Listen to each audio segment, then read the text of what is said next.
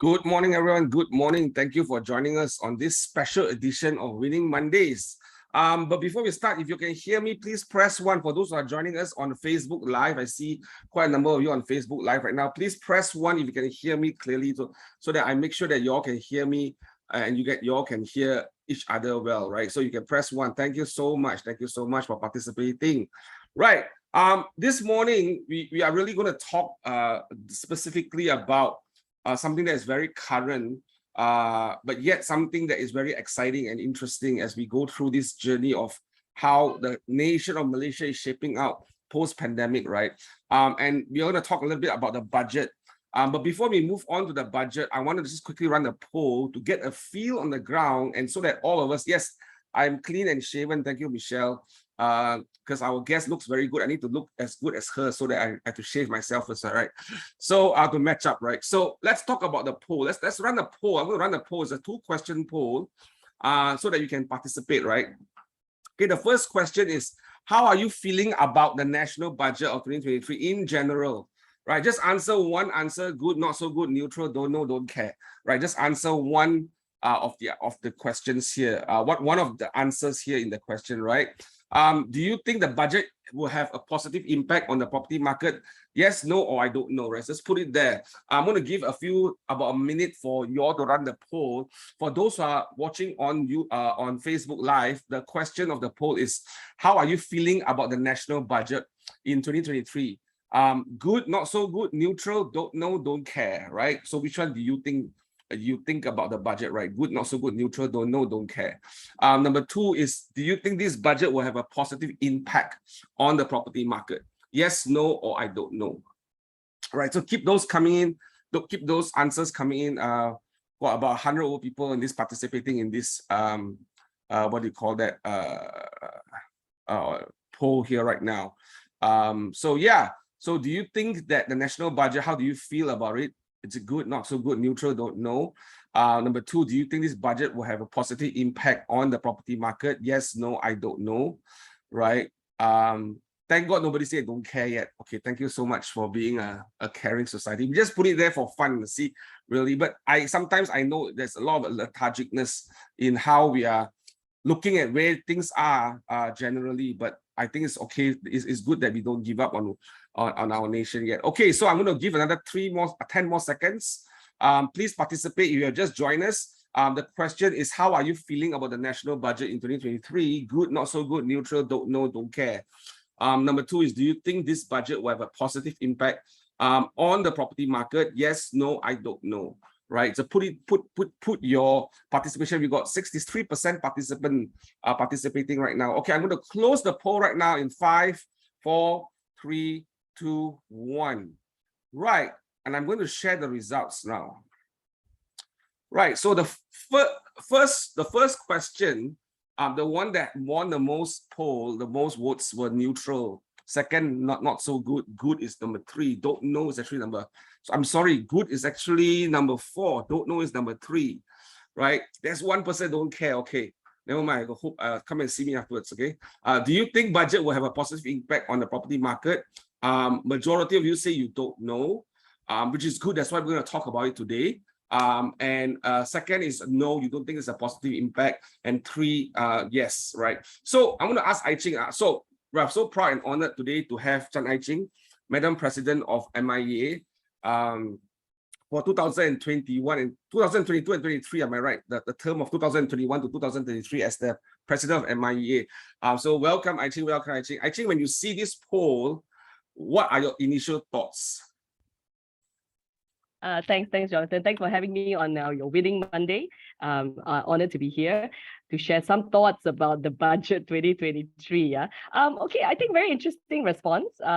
Most people, I feel, are neutral about it because some of us don't actually follow the budget and we wait for the news to come out or we wait for commentaries about it, and then only we came to know about what the budget is all about. I think I was like that also 20 years ago when I started real estate. I wasn't interested in the budget at all because it didn't mean anything to me. But as time went on, I stayed on and I actually watched the commentary live and then later on read the text to understand what it is in it for businesses as also for agents like us. So when I look at the poll, I think I probably this was the feeling of the majority. And when I first started as well, I don't really care because whatever happens, life goes on, right? But Right. actually, if we really look into the details of it, there could be certain things we could capitalize on to help our business in that particular year or in the years ahead. So yeah, I'm not surprised with the results, but it's interesting and it'll be that's why this section should be interesting to discuss. So Right. I'm sure there'll be some Q&A right at the end. Yes, Open definitely. to the floor, yeah. So that'll be quite interesting. And guys, feel free to throw in your question as we are having this Mm. discussion. I'm going to go straight into the conversation because I know everyone knows Cheng already very well, President at MIEA. If you don't know her, Google her. You will find her on Google. Quite popular, and a lot of articles that she has contributed.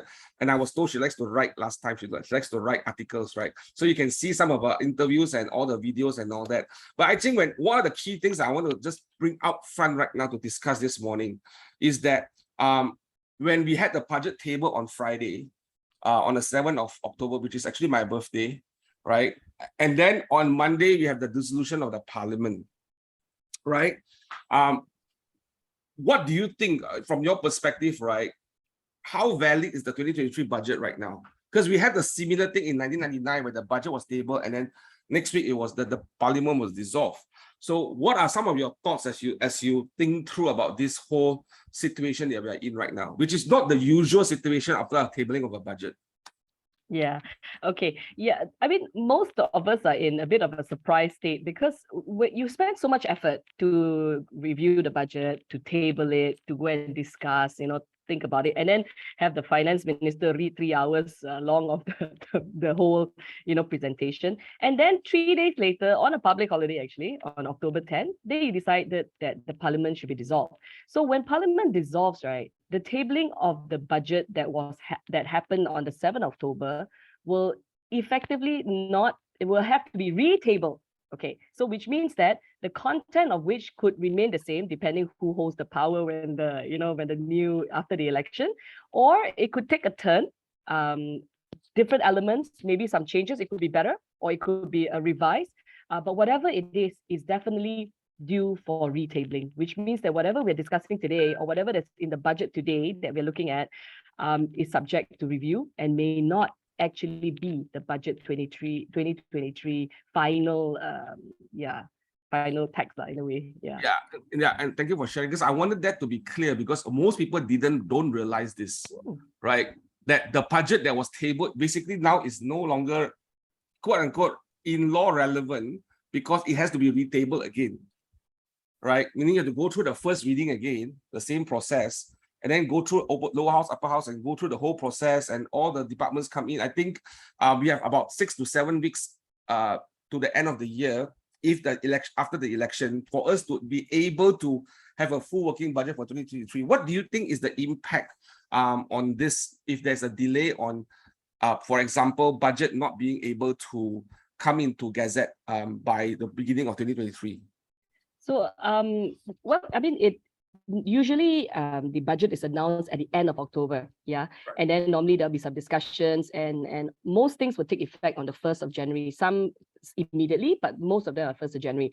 So when we look at the dissolution of parliament on the 10th of October, we are waiting for the date when the elections will be, so that we know who is the winning party. But we know it will happen in the next 60 days, which means that before the 10th of December, this whole election thing should have been settled, and then the new government can then immediately look into the budget 2023. So possibly the reason why the government announced the budget is that they wanted to know that this is broadly the framework, and if they remain in power, the people that were in preparation of the budget, then you'll just basically retable it. There'll be no disagreements, and next year it'll be the same. Right.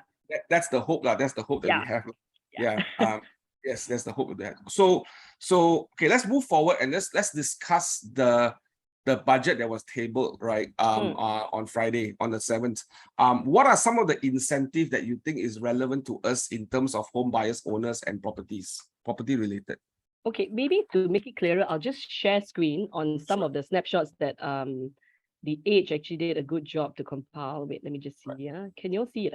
Yep. Yeah, but I think I need to Wait, just give me a sec. I need to put it to presentation mode, right? Hang Yes, on. slideshow. Slideshow. Okay, here we go. All right.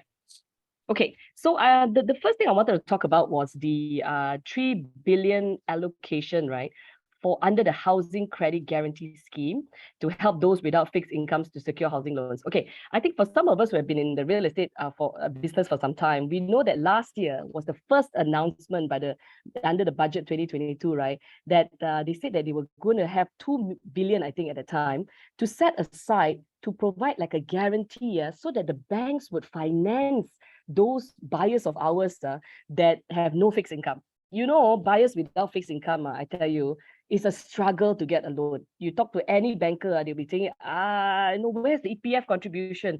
Can I see the pay slip? Can I see at what 6 months bank statement? All this sort of thing to try and tally your income. But when a person is a freelance, which is the majority of the young people today in the 20s to 30s, right? That kind of category of people, they do not want 9 to 5 per se. So they don't have fixed basic salary kind of a concept. So how do you get a loan if the bank cannot assess what kind of payment, payment ability you have to repay the loan that you borrowed lah. So because of that, the government actually said that, okay, maybe now we're moving into a different era of workforce. Everybody is they're independent, they're all entrepreneurs. So there must be a different way of calculating how to give them the loan. So as a start, the government said, okay, we'll set aside some money to guarantee for these people. That means the banks continue to lend out, but if anything were to happen, there is a credit guarantee scheme by the government to support the banks in that venture. So because of that, then the banks are not so afraid to lend the money. So that helps us a lot. It helps a lot of the people in the gig economy to get loans. So all the young people, so if you guys not aware of this one is fantastic. That means all your young buyers, right, that have struggling to show their regular income can apply under this scheme to be able to have their financing secured. So I think that's the first. That's really good. Okay, let me see. So yeah, from 2 billion last year to 3 billion, very good. I think this is excellent. This will help us to, especially in the first time, the young group of buyers. Okay, then the second thing is, I'm sure all of us are already aware that the reason why government always talk about stamp duty is because that is the single largest cost when it comes to buying a property, not selling, buying a property. I think probably the single largest selling cost in selling a property is the agency fees. But okay, in terms of purchasing, stamp duty, because stamp duty goes on a scale right now, right? It goes from 1% to 2% to 3% and up to 4% above $1 million. So the higher ticket value, the higher the stamp duty is. So the government said, okay, how do we encourage home ownership? How do we help you guys buy properties, all these young people, first-time home buyers and all that? So they said, okay, for properties below 500,000, we will give you stamp duty exemption. That means you don't need to pay at all. You pay zero to the government. You just pay your standard legal fees and whatever down payments and all that. You don't have to pay government anything. The government will still transfer the title into your name. So that was fantastic. Yeah. So that was announced in 2021, and it carries on to 2025. So that's nothing new. Okay. just to explain, nothing new is the same. It has existed last year, carry forward this year, and also moving forward until 2025. Then sometime middle of the year, our PM Ismail Sabri, he mentioned that he under the iMesra scheme, he threw in another incentive whereby he said properties between 500,000 to $1 million, there is a 50% discount on the stamp duty. Okay, so that was sometime in July, I think this year, 50%. So what has happened now in the budget, if you look at 2023 stamp duty exemption, so basically from July until today, on the budget tabling, they have increased the 50% to 75%. So it's not new, but it's an enhancement of the discount. So last time you get 50% discount, now you get 75% discount if you were to purchase the property between 500,000 to $1 million, because I think the government realized that properties are getting more expensive and because of cost and everything. So maybe the first time home buyer cannot purchase a 500,000 property, maybe it becomes 600,000. So then what happens to them? So that's where this 75% will kick in and save money for them. But note, it is first-time home buyers only. And it doesn't matter if it's in the secondary market or the primary market. So do you want to take a pause and see if anybody have any questions on the stamp duty bit? Yeah, anyone, any questions? Yeah. I have a question. How do they know Okay. it's a first-time buyer? Oh, they must have never had a property in their name before. That means even if somebody gave it to you, the property is in your name, you're no longer considered a first-time home buyer. Right, Yeah. right. It's got to be really first time. Not necessarily, yeah. They used to do it for the primary market, but I think now it's extended to all markets really. Yeah, which I think it does help with the market overall, right? So I think a lot of agents should be thinking about how to campaign in their advertisement for first-time home buyers right now, right? Yeah, join names with first-time buyer only. How about you join name with a first-time buyer? Would it work? No, it has to be really a first-time home buyer. If both of them are first-time home buyers, then yes. Not Yes. join like that, no. Yeah, you can't. You can join them on the loan, but you cannot Yes. join them on the purchase of the on the MOT. Your name, the person who owned before cannot exist on the MOT, right? Yeah. Okay. Cool. But it's good that it's secondary market, because then for all of us in the secondary market, right, the agents in the secondary market, you can take advantage of this if it's first-time home buyers. So we asked the question. I mean, during an interview with BFM recently, I say, why not the second-time home buyer or third? You know, if you really want to spur the economy, right? So Yeah. but anyway.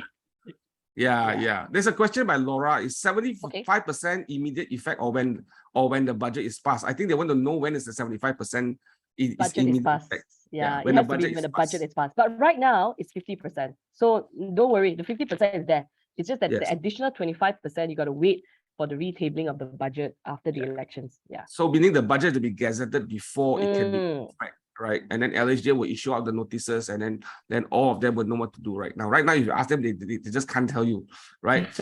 This is also for any kind of property, as example, land. It's only for residential property. Right. Yeah, very specific. It's not for SOVO, it's not for SOFO, it's not for whatever sometimes people try to sell a package of product as if it's a residential, but actually it's a commercial. None of that is applicable. Strictly residential property. Okay. Yeah. You want to move on to the next one? Oh yeah, okay. Wait, give me a sec. Oh yeah, okay. All right. Then this one, this is a very interesting evolvement of the stamp duty incentive given to the rakyat, right? It's between transfers to family. Okay, so what happened is, let's say a husband and wife were to buy a property together. So if the husband transfers his half share to his wife, right? So between that, we call it the transfer of love, right? Gift of love. So there is no stamp duty. The government say, yeah, between husband and wife, we won't kira. There's no stamp duty if you guys transfer between yourselves. So a wife can transfer the husband can transfer the wife. No stamp duty involved there. Of course, there are other charges, but stamp duty is not involved. Okay. But when it comes to a parent giving to a child, or a child giving to the parent, which is a bit rare, the parent giving to a child, then the stamp duty that is existing is at 50%. That means let's say you're supposed to pay 10,000, then you only need to pay 5,000 for stamp duty, because it's a transfer it's a gift of love from the parent to a child, or a child to a parent, or things like that. Okay, so what happened effectively under this proposal of the budget 2023, under this transfer to family, is that they're saying now, okay, doesn't matter you transfer to, father transfer to son, mother transfer to son, or grandfather to grandson and all that, the stamp duty is no longer based on 50% discount and all that. It is only at a fixed rate of 10 ringgit. Yeah, so this is very interesting, because I think this will go really well with the Rakyat Malaysia, because they feel that the government is now very connecting to the KW Malaysia initiative, and this one actually falls really much in place with that concept that our PM has come up with, KW Malaysia, whereby the transfers of property between families is now only at a stamp duty of 10 ringgit versus previously of a 50% discount. So I think this one is very interesting. I've always asked the question, why not to brothers and sisters, transfer between siblings? Why is it not considered family? But I think that is, I don't know, maybe that definition, they will have to define it. But this would be really good. Yeah. So I think it's of a near blood relation. I think that's the definition. I think following the love and affection on the Stamp Duty Yes. Act, if I'm not mistaken, right? That's the what do you call that? The definition of what does that mean? Okay. Yeah. So in terms of for agents, how does this work is I guess it maybe directly it doesn't seem to have any impact because we are I mean grandfather to grandson is not selling to each other, right? They're just transferring to each other. So I think maybe in that sense we are not benefiting from that transaction. But I think because the transfer is effectively going to be moving from one person to another, then ownership will now be somebody else. So, which is quite interesting because if an old person negotiating a listing with an old person versus negotiating a listing with a young person could be very different. So, if the grandfather has given the property to the grandson, maybe now it's easier to talk to that grandson to talk about what he wants to do with that property, whether he wants to sell it, rent it, and things like that. Yeah, maybe that could be the impact. There's a lot of questions going on, but I'm going to kind of Oh. sum up the questions, right? Are there restrictions to only residential property for this particular policy, or it's unlimited to any properties and any number of properties? Is there restricted so far, so far it's not mentioned yet whether it's residential or commercial or anything like that. They just have we need to, normally when they make the announcement, we need to wait for the details. So at the moment, they didn't mention the details. So we are not too sure yet whether it applies to residential, commercial, and all that yet. But just looking at it, based on the announcement, it would seem to be applicable to all, because under the love and affection earlier, also it doesn't matter what. Under the Act, doesn't matter what anyone qualifies. I mean, it doesn't restrict the property. It doesn't restrict the type of property. I also think it doesn't restrict the number of property as well. Yes, it doesn't. But we don't know because this is a special incentive. This is a 10 ringgit incentive. They could have put additional restrictions. Okay. What's next? Okay. The slide is not moving. Oh, okay. Whoops. Wait, hang on. I think the slide went off a little bit. Okay. Do you all see it? Coming up. But it says screen sharing is paused. So I don't know. Yeah, you might want to stop and try again. Okay. All right, give me a sec. It's still paused. I don't know. Maybe. Okay, I think there's a technical issue there. Just give me a sec. Let me try to reopen the file. Yep.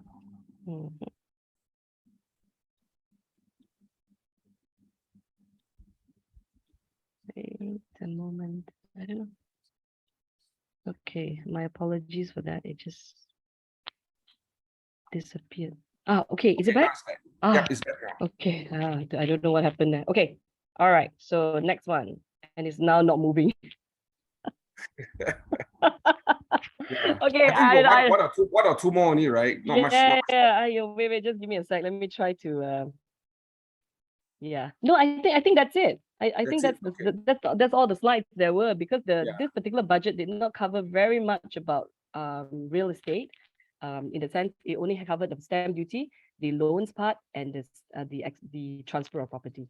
Right. I think there's another question here I missed out just now. Is like, even on the loan agreement exemption of stamp duty for loan agreement, if my joint borrower is not a first-time home buyer, but I'm a first-time home buyer, do I still get the exemption for the loan agreement stamp duty?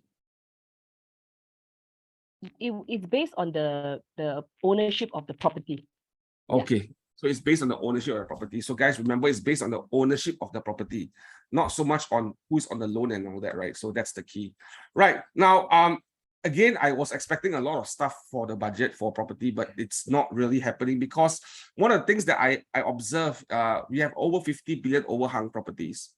And it's keep on going up. Nothing has been strategically or tactically being done to solve that problem. I didn't see that being resolved. I was sharing that in my commentary with a media the other day after the budget. What do you think, personally, I think, that is missing from this budget, and what can be done better in this budget if you're given a chance? Okay, so MIEA, right, before the budget was tabled, we put in a proposal to the ministry, to MOF, and then we said, there's many ways to stimulate the market, and very importantly, we need to stimulate the secondary market, because if the secondary market is strong, I always believe that if the secondary market is strong, the primary market will effectively, whatever overhang situation will resolve by itself. Why? Okay, Many years ago, I always tell this story. 20 years ago, when I first started real estate, everyone tell me, hey, you want to make money, you buy new project. I say, why? Because you buy new project, right? The moment it's completed 3 years later, you die make 30%. Wow. I say, wow, really? So I die also have to find my way. How am I going to buy my first new project, And true enough, when I bought the property, 3 years later, it really went up 30%. So some people tell me, you must buy three. I say, why three? Because you buy three already, if all go up by 30%, you sell two, 30, the other one is free. I thought, man, that's such a good property investment tips, So I also tried lah, but I think how lah? I'm just a 20-over-year-old trying to buy the first property, how to buy three. So I didn't listen to that advice, but I bought one. But true enough, it went up. And that time I tell you, if anybody was selling new projects, you tell me how difficult it is if you tell all your buyers 3 years later when it's completed 30% up. Buy or not? Everybody will be buying. But right now in today's market, it's a little bit different because the new property pricing, right, and then secondary property pricing, right, is like very, very near each other, isn't it? So when the buyer say, hey, what's the existing sub-sale price now for properties around this area? Then you say it's this price. Ayo, then you say, hey, just a little bit difference between the two. So the difference has become so not so obvious anymore that the person may feel that, oh, I think between the two, then I'll see which the option is not so clear that I should jump into the primary market because the secondary market is not supporting the prices like it did 20 years ago. So I feel that that aspect needs to be looked in. If the same thing were to be applied for the overhang ones, which means completed unsold kind of properties, right? If they had the same strength in the secondary market to support the kind of price, I don't think there is any overhang situation in the Malaysian market, I feel. So I've always been a strong advocate for promotion by the government, incentives to drive the secondary market, because the secondary market will move the rest of the sectors. Yeah, right. That's one of And it. Yeah. And in some markets we are seeing, right, realistically, some market we are seeing the secondary market and the primary market gap is so big that the primary market sometimes costs much more than the secondary market, right? And hence investors will shy away, and homeowners also will shy away, right? Because the only reason why they're buying new is the low entry cost, the easy entry cost, which today the bank has pulled that down. Right, the bank has come in to clamp and cut the EF, the end financing has been cut, the LTV has been cut, because they know in reality that money doesn't exist. You cannot keep on funding the market with phantom money. I call it phantom money because nobody actually paid any money for it, right? It's just a phantom credit note, which is something that I think needs to change. And I totally agree with you what you are saying. That's the key thing. What else do you think could happen? What else do you think that we need to add on to the new budget? What were some of the MIEA proposals? Okay, then the other proposal, of course, we put in was to get some grants from the government for the enhancement of technology for real estate companies, because you know all these tech initiatives, all this development of IT and whatever, it costs a lot of money. Yeah. So and then a lot of real estate firms do not have this kind of deep pockets and this kind of funding to go and develop their new systems or to upgrade their existing or even to pay for a prescribed call it a CRM or agency management system. So we said that why not we do a matching grant? So if you guys, if let's say the agency comes up with 50,000, then the government, supports another 50, and then that's 100,000, then with that amount of money, the agents and the agencies can, enhance the way they do business. So I think that was another one that we proposed. And also, of course, for the commercial properties, we also wanted an enhancement for commercial properties. But I think that wasn't our main play. I think our two main play for this particular budget was the secondary market home ownership campaign and the grant for technology and enhancement of IT within a firm for the agents. Yeah. Yeah, and I was personally hoping for some sort of initiative from the government to give certain measures to help clear the overhang stock. Like for example, if the developer needs to cut price in order to clear stock, right? That there could be tax incentive given, or there could be subsidies given to help move the market for certain category of overhang product. I think the hyper luxury one, I think you can't do much, but there are some overhang. The difference are not too much. It could be a 3-5% difference. And if the government can put in some funding there to just move the market and clear the market and help the developers to kind of cave in for some sort of a losses, right? I think that initiative would be very helpful. But I don't see that thing being thought through in a strategic way or a tactical way. I wish that they could start thinking about how to solve that problem, because if not, it will just kick the can down the ground. It will just keep on going, and it's not solving the problem, right? In your engagement and your efforts, actually, with MIEA and other bodies to engage the governments to the Ministry of Finance in order to get some sort of input to the budget, what are some of your experiences? Can you share some of those efforts and those experiences that you have as you are like, tell us a little bit about the inside stories that you all do, the efforts that you all do, what happened and all that. Yeah. Okay, for the budget, we had several engagements with the ministry. We had a dialogue session together with, I think, quite a number of other associations to put our views in. But I felt that maybe they just wanted to engage with us and listen to some suggestions coming from, the ground. How much of it they actually took that or which aspect they wanted to listen to, or what, I feel that maybe they will. I'm not too sure, but the solution to this issue may not be their top priority, because overhang was a big issue a couple of years ago, because that was a main, the main country issues. But now we have inflation. We have the rising of costs, we have petrol, we have subsidies to worry about, we have all that. So I think the government said, hey, I think we focus on more immediate things that the rakyat is suffering right now. And then we keep this overhang thing maybe slightly second or third gear, and we put first gear on inflation and cost control. I feel that is the situation. That's why. Because the way to move any overhang problems is actually through a program. You cannot just say, oh, I give you one thing, okay, then you go and solve yourself. No, it must be a program. Name it something, call it something, have a time frame for it, and then just go do.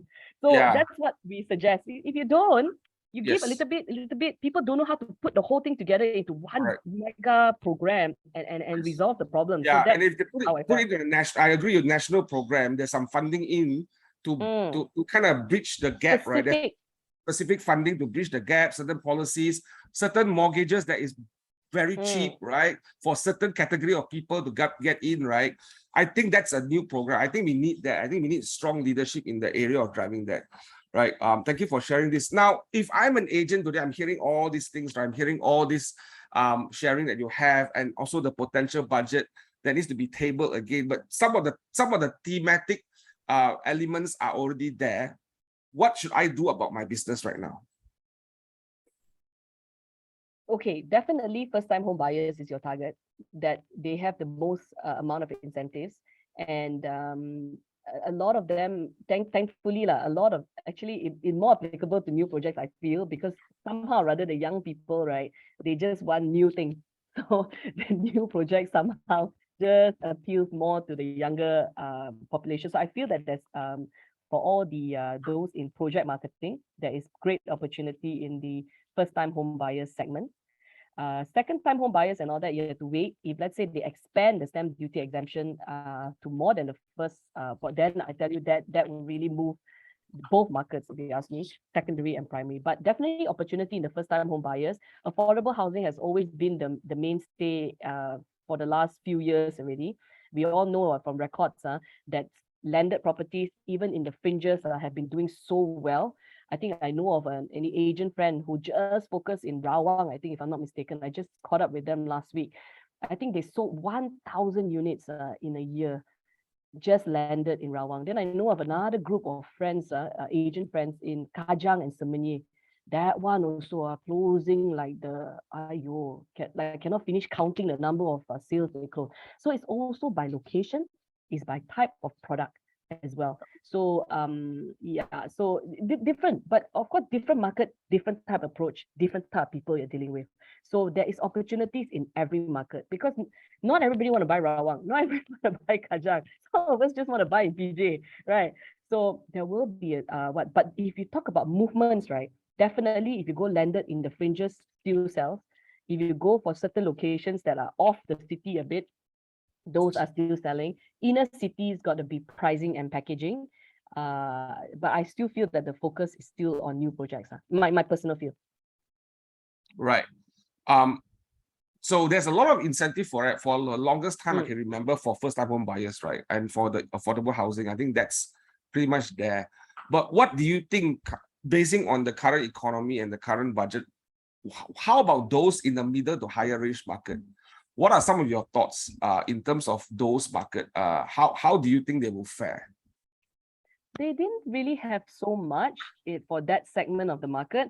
I think the only incentive that I saw in that category was income tax saving. Right. We get to save 2% income tax in that tax bracket.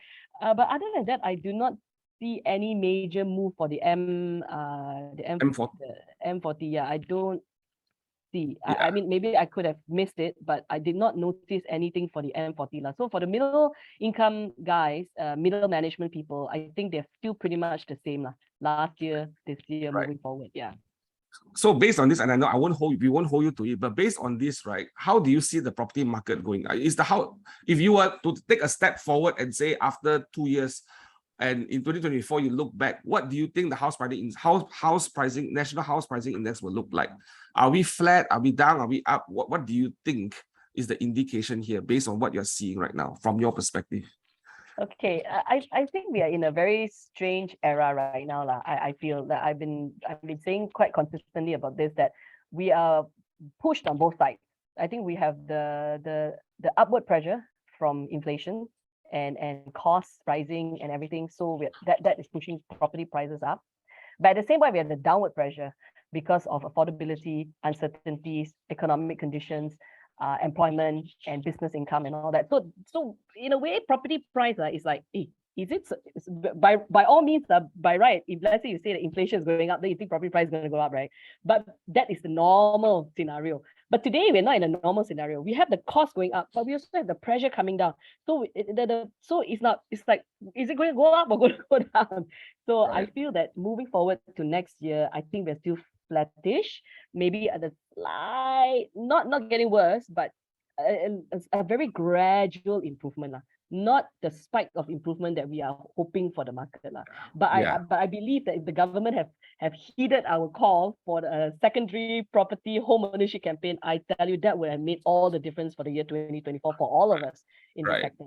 But so I feel that works because I remember during Badawi's time when he announced abolishment of RBGT, the whole market moved, correct. right? And before the RBGT was no stamp duty for that 1 year, the whole market moved, right? So we need that kind of leadership to come and work with us to stir up the market, because the policy is important to drive the market forward, right? And I totally agree with you. There is a lot of pressure, and the idea of this that people think, oh, inflation means property go up.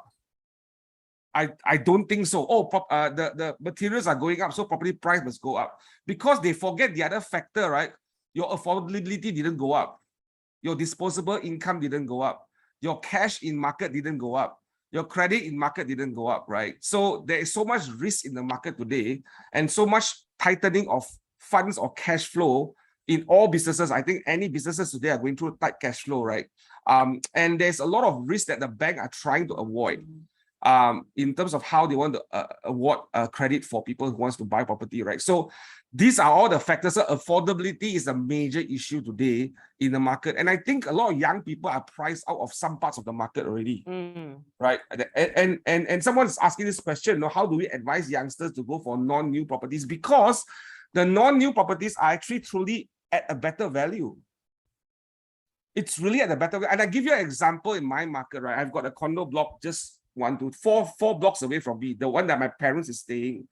Everything around them right now is costing 900,000 to $1 million plus. But in that block, it's still 580,000, 650,000. But nobody is buying because they think it's old. But I think there's actually good value to buy something there and stay in a good location. But again, how do we help younger generations to look at things differently about value? But again, it's a perceived thing, right? Because I may not see value there. I want to see value in something else. What do you think about that, Cheng? Okay, young people are very interesting. This young group of 20-year-olds and all that. I think the thing is, home ownership is not the first in their mind. They are actually this spending group. They like to live their life. They prefer to rent, I feel. and they want to move anytime they want to move. They don't want to have that kind of commitment. So I feel that we could be moving in an era of a changing mindset. We come from an era we just want to accumulate, want to buy property, we can never think of renting anywhere, right? That kind of thing. But I think the younger generation felt that they want fluid, they want to be, how to say, free and easy, just like how they're working, their working style is also not 9 to 5 kind of thing. They want anytime I want to work, I work. I don't want to work, I don't work. That kind of concept, and that is coming into their property mindset purchase as well. So I feel that first thing is rental market, I think, will be very strong. I feel that if anybody wanted to do the rental business, rental market will continue to move, will be very strong, because in times of uncertainty and when people are not sure of their income and everything, rent is equally a good option. Yeah. And then rental, one thing good about for us as agents, right? We get to make it every year.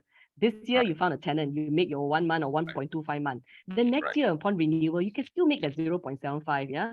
And then after that, if let's say you're involved in tenancy administration, every month you can collect money from the same landlord. So I feel that rental business, it's all, a lot of agents look at it as very troublesome business.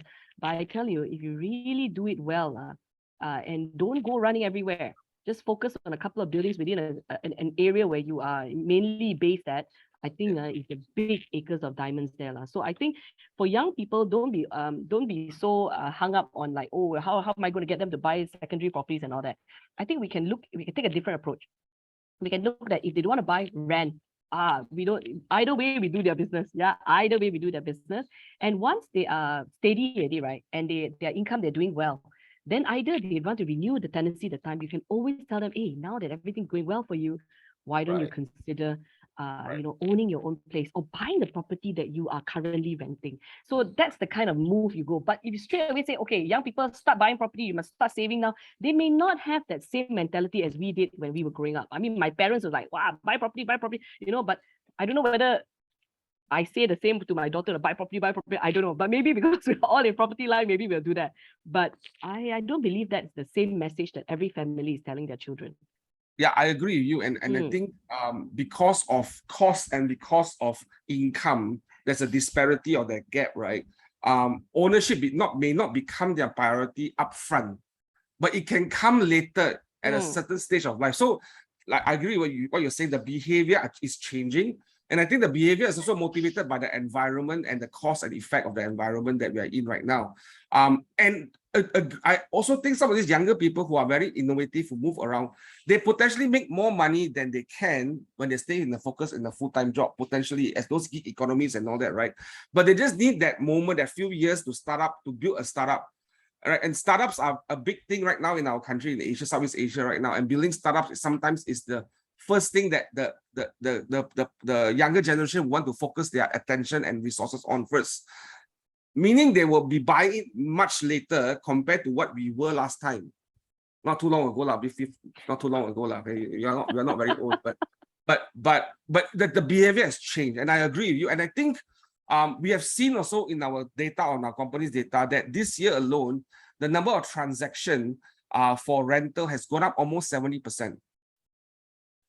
A lot of rental transaction, and I noticed the rental transaction, right? In those days, when I was still doing real estate in those days, which is not too long ago, rental was about 800,000, 2,500. That's the max, But today we are seeing local tenants paying 2,500, 3,000 ringgit, 3,500. They are paying what they should be paying to a mortgage to rent a property because they need the cash flow for something else, or they need the bulk of the cash to do something else first, right? So I think you're absolutely spot on. If agents today does rental in the market, the tenant that you're servicing will potentially be your buyers, right? And I think managing the database and managing the list of owners and buyers, right, are the key here. I think most people don't. A lot of times I observe agents do a transaction, they do the rental, they move on, and then they forget talk to the tenant anymore, right? I think this is something that we need to change, right? We need to change. As the question from the chat box here is, may I know your perspective on the outlook of commercial properties in relation to the budget? Any thoughts about commercial properties? The budget did not have anything specific for the commercial properties, actually. I don't think there was anything mentioned. for the commercial, because I felt that the government in this budget, right, they were really focused on the rakyat's immediate concerns. So I help your affordable housing. I don't take care of the whole world's housing. I just take care of those in the affordable category. And then I give incentives to who? I give incentives. So the way I look at the whole budget, right, they were targeting the what they need to do, the government needed to do.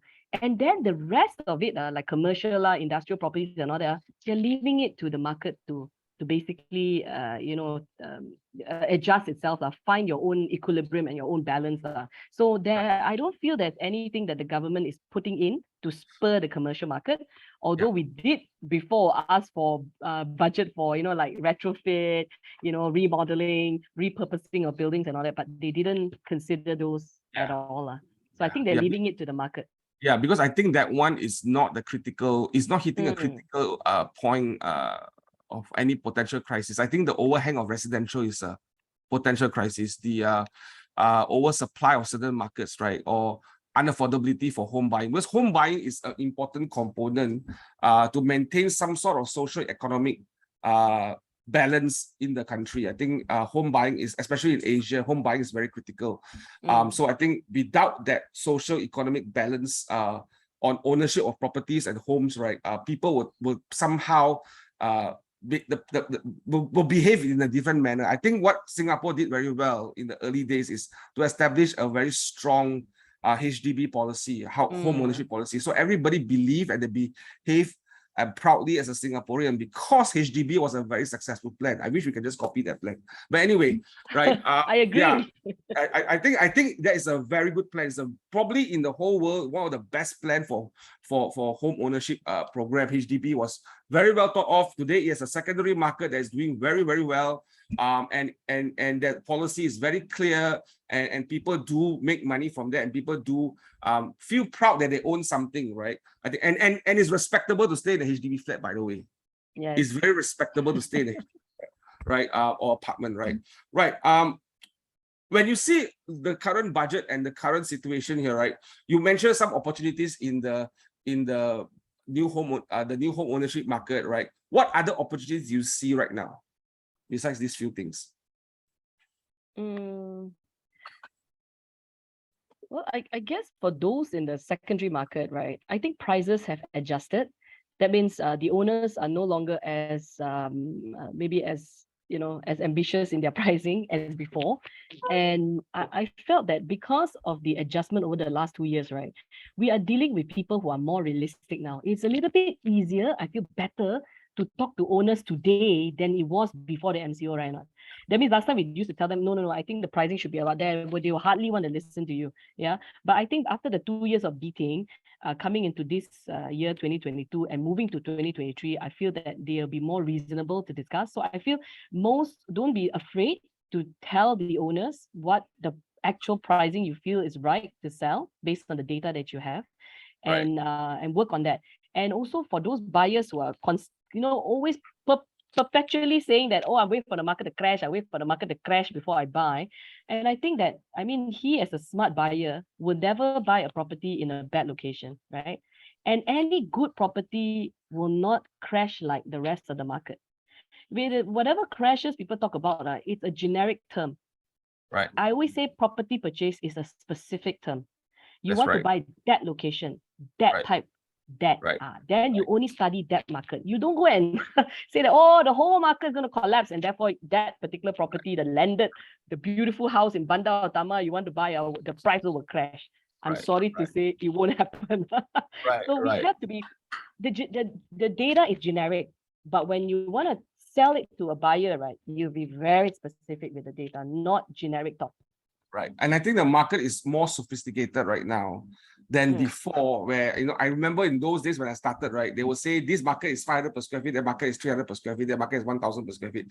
But today, any market also, in that location, you got a 1,000 per square feet property, you got a $500 per square feet property.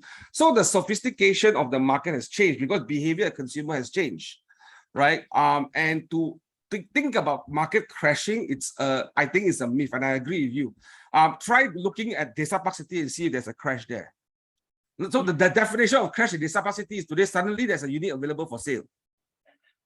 right? And it's discounted for 10,000. That's a crash. That is the reality of the capacity because we have high demand, low supply, right? So as an agent today in the market, you cannot look at general report and think generally the whole market is like that. Now, there is a general perception and concept of the market, but in every market, you need to know the market very well. You need to know it's all coming back to supply and demand, right? If in Bandar Utama, there is very limited supply, high demand, prices won't fall, right? You may fall one or two, there'll be 1 or 2% that cannot cope and they want to move their property out because they want to raise cash. But once you clear that, because the demand is there, you won't see that kind of crashing.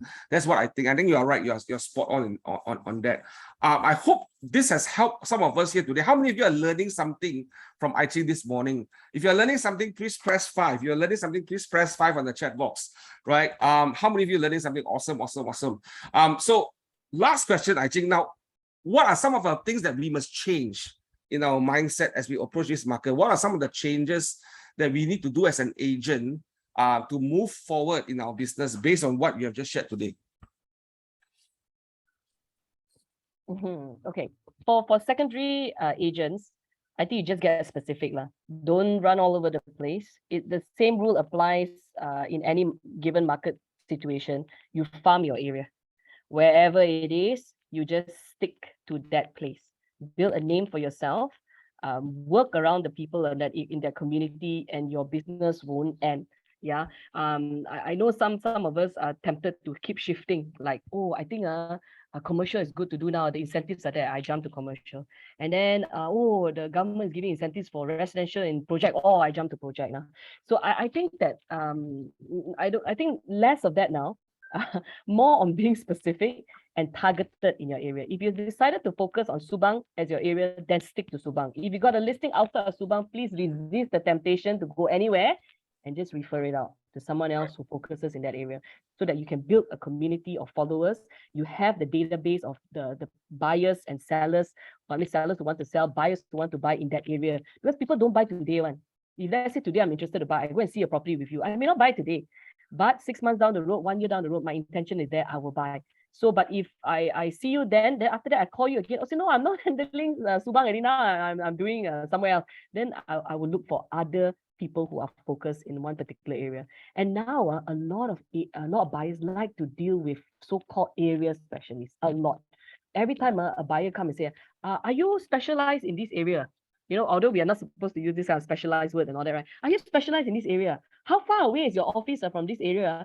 They like to ask these kind of questions, you know. Which area do you farm? Because they don't want to engage with an agent just because you're an agent. They want to engage with somebody who is known in that area, who has some additional information to share with them for that particular property, that particular building, or that particular area. So that's for sub-sale agents. For new project, I think the incentives are always, developers will always think of one thing good lah. Developers will always think of a way to sell the product because they are in a more need to sell their product than you, right? So because developer, I buy the land, I pay the construction, I have my sales force, I mean my development team to take care of. So they are always thinking of ways beyond you and me to how to sell their product. So that market will continue to remain very strong because you have the developer who is your partner, so-called partner in crime, to sell, because they have the same objective as you. So if you have a suggestion and say that, okay, Mr. Developer, I think that if we put this, we have this package, we feel that we can sell X amount of units, I tell you, they will listen. Yeah. So the market for new project is same because the developer and you have the same objective. Secondary market, go specific, go location or type of product. Even one building. I know of one agent friend of mine. I had one listing in a building in KLCC some years ago. So because my friend asked me to sell, I said, okay lah, I help you lah. Otherwise, I don't really want to handle. So then when I went there, I advertised and all that. Then this agent called me and said, hey, you have a unit there. Whose unit is that? I said, why should I tell you whose unit? I know all the units available here. I said, okay, which unit you think I'm selling? And he mentioned the owner's name, I got a shock. Okay, I said, never mind. Okay, I said, yeah, so we can co-agent if you have any. Then, best part, I brought a potential tenant to view the potential buyer to view the place. After the potential buyer left, I said, oh, I know that potential buyer. He came and saw another unit with me. And then, wow, he knew everything that moved in that building. And I tell you, every morning he told me, he just come to the office, come to his office, is the lobby of that building. And he's there all the time. He knows every owner, buyer, tenant, whoever who walks through that place, the management office, the guards, everybody, every issue about the building he knows. And he just sit there and transact 3 units every month. One building, one. Not even a nice building, one. Right. So the power of having focus, right? Be focused about what you're supposed to do. Don't be distracted by a lot of distraction. There are always going to be a lot of distraction. I think the concept is the same. Farm the location, farm 3 blocks, farm 5 blocks. Maybe today the farming is a little bit more. You need to farm maybe 3 blocks instead of 1 block because the buyer wants to see more choices, right, for example. But having that focus, and I think it across board, any industry, any particular segment from industrial to commercial to residential, I think that both concept of farming, being that neighborhood agent or being that location agent is probably the best way to sustain the business long term. Yeah. Okay, let's talk a little bit before you end. I got a personal question to ask you, Cheng. Personal question. Okay, recently you make a decision to be part of the KW network after many years, 20 over years, I think. And I know you started at the age of 10, so you're only 35 years old right now.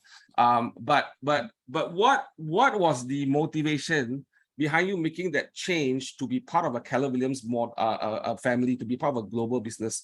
Like, what's the reason behind it? Can you share a little bit some thoughts, some insights?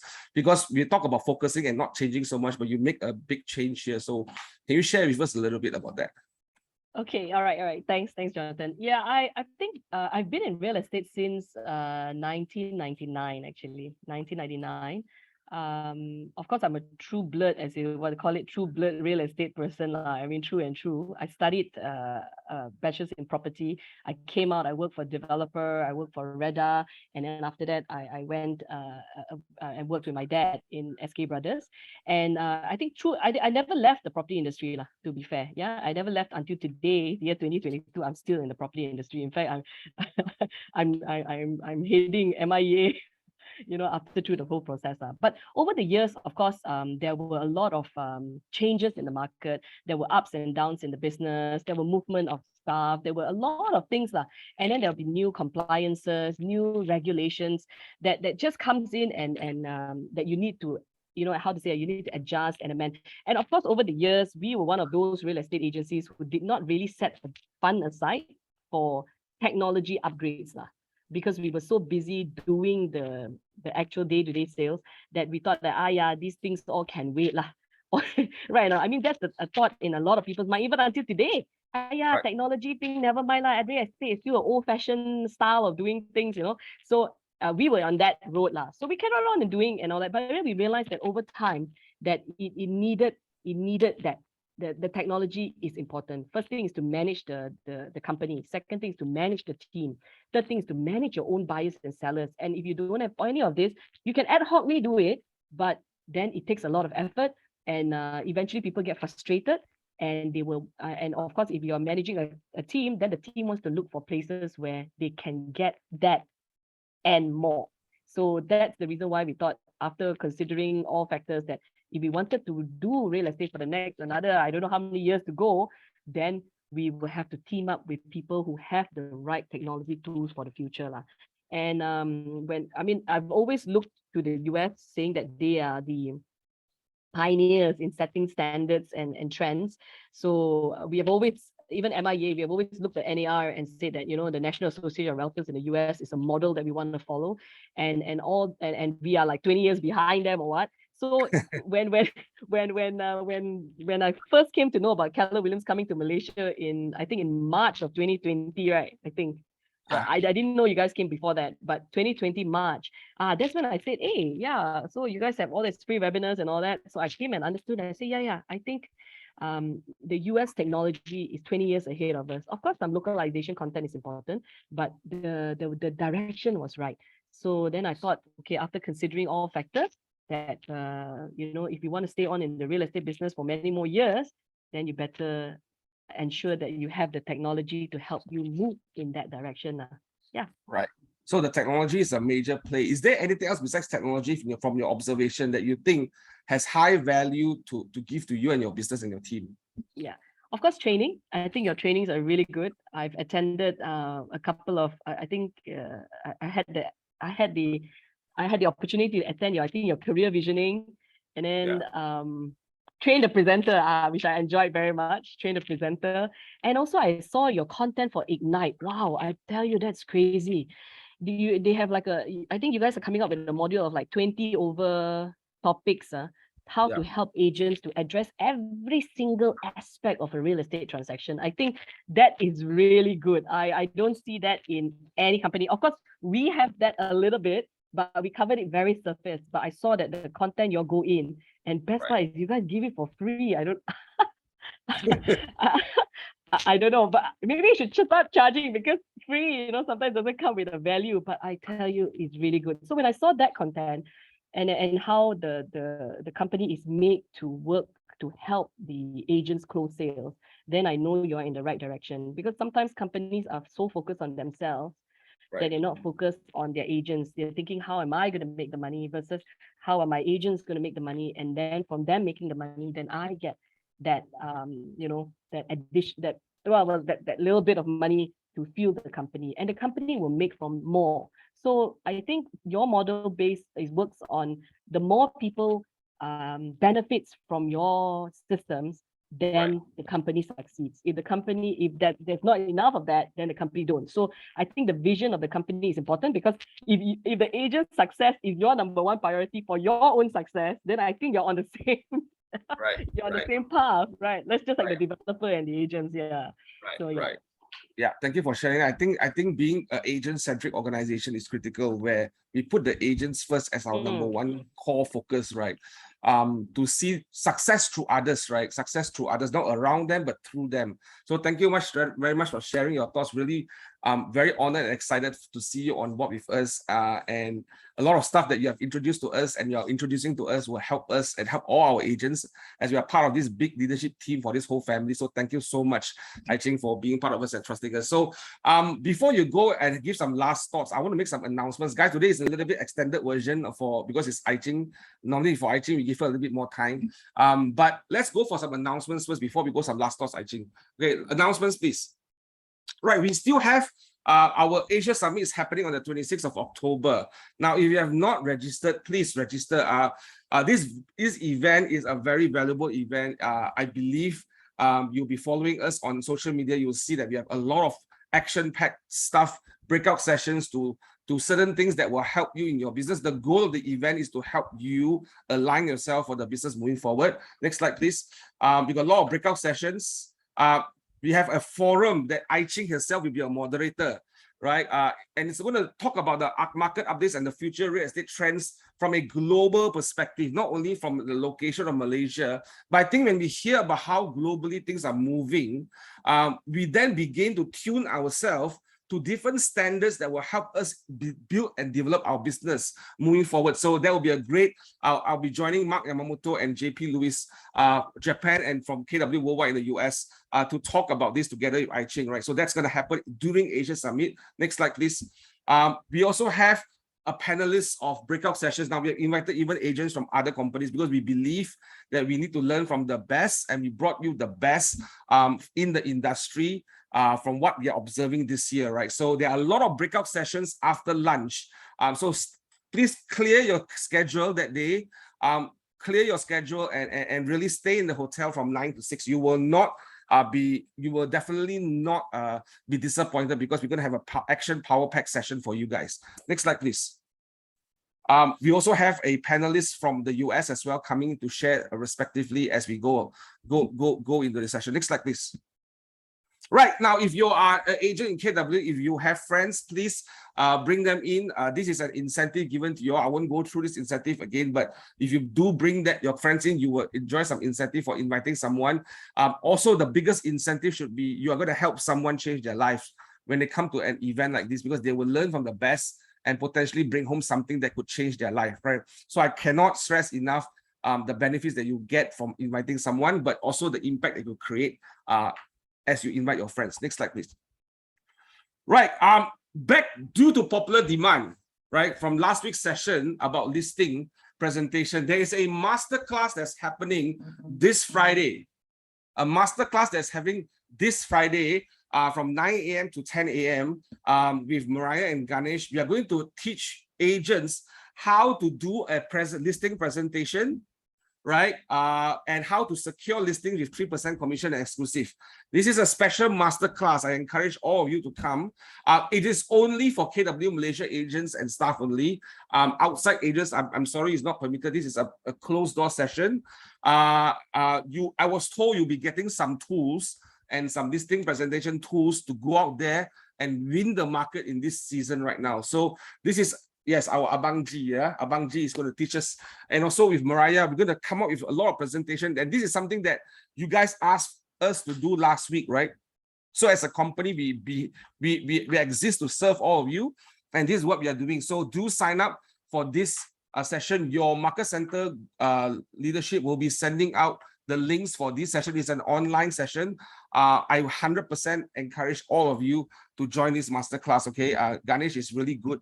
But most importantly, you will leave the session with a tool in your hand on how to do a listing presentation, right? You will get a sample, you will get certain things that you will take home and be able to execute it straight away, right? Next slide, please. Right, we are also having a network session hosted by Market Center 2, featuring platform owners and how you can actually benefit from selling new homes.